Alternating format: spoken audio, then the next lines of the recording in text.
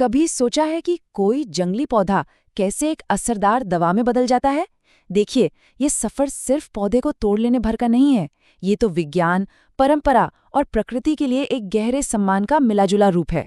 तो आइए इस कहानी के सबसे पहले और सबसे जरूरी हिस्से को समझते हैं, जो है पौधों को इकट्ठा करने की प्रक्रिया।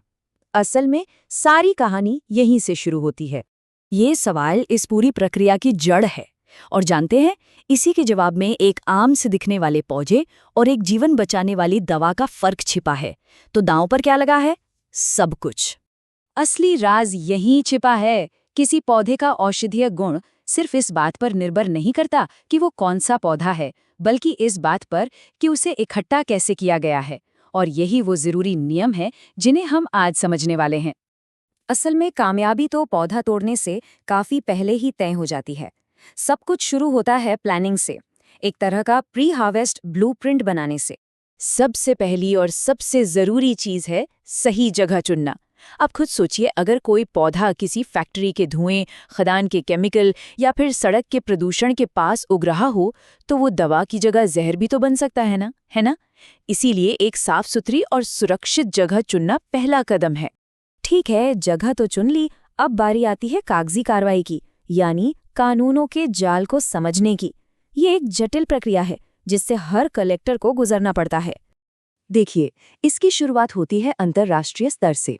साइटीज जैसी संधियां ये पक्का करती है कि जो पौधे दुर्लभ हैं या खत्म होने की कगार पर हैं, उनका व्यापार कंट्रोल में रहे, ताकि वो हमेशा के लिए गायब न हो जाए। इसके बाद हम आते हैं अपने देश के कानूनों पर। जैसे भारत में वन संरक्षण अधिनियम और वन्यजीव संरक्षण अधिनियम हमारे जंगलों और वहां की बायोडायवर्सिटी को बचाते हैं।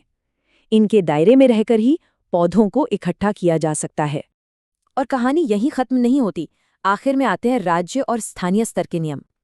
हर राज्य के अपने अलग कानून हो सकते हैं, मतलब अंतर्राष्ट्रीय से लेकर लोकल लेवल तक हर नियम का पालन करना बेहद जरूरी है। तो अब आते हैं सबसे अहम काम पर, यानी पौधों की असल कटाई पर। यहाँ पर सही समय और सही तकनीक दोनों ही बहुत मायने रखते हैं। अगर पौधे से उसकी पूरी औषधीय शक्ति निकालनी है, तो इन बातों का ध्यान रखना बहुत जरूरी हो जाता है।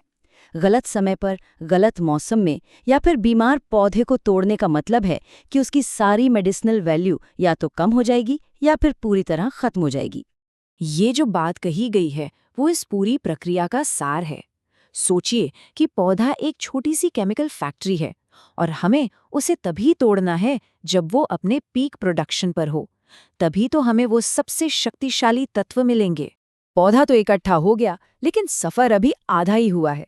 अब सारा फोकस इस बात पर आ जाता है कि पौधे के औषधीय गुणों को कटाई के बाद महफूज कैसे रखा जाए। ये सारे स्टेप्स एक चेन की तरह है: सफाई, छटाई, सुखाना, पैकेजिंग और स्टोरेज। अगर इनमें से एक भी कड़ी कमजोर हुई तो पौधे की सारी मेहनत, सारी ताकत बेकार हो सकती है। और ये देखिए, ये सिर्फ एक स्टिकर या लेबल नहीं है, ये उस पौधे का पूरा बायोडेटा है, उसकी पूरी कहानी है। हर जानकारी को इतनी बारीकी से दर्ज किया जाता है ताकि ये पक्का हो सके कि जो दवा हम तक पहुंच रही है वो पूरी तरह से असली और सुरक्षित है। अब तक हमने विज्ञान की बात की, लेकिन चलिए अब इस प्रक्रिया के इंसानी पहलू को भी देखते हैं। मतलब हमारी सामाजिक, नैतिक और पर्यावरण से जुड़ी जिम्मेदारियां क्या हैं। यहीं पर एक बहुत जरूरी कॉन्सेप्ट आता है, सस्टेनेबल हार्वेस्टिंग या सतत कटाई। इसका सीधा सा मतलब है कि हम प्रकृति से सिर्फ उतना ही लें जितना वो आसानी से फिर से पैदा कर सके, ताकि आने वाली पीढ़ियों के लिए भी ये अनमोल खजाना बचा रहे। तो ये समझना बहुत जरूरी है कि ये सिर्फ एक साइंटिफिक प्रोसेस नहीं है, ये एक सामाजिक काम भी है। इसमें स्थानीय समुदायों का, उनके ज्ञान का और उनके अधिकारों का सम्मान करना भी शामिल है। ये सब एक दूसरे से जुड़ा हुआ है।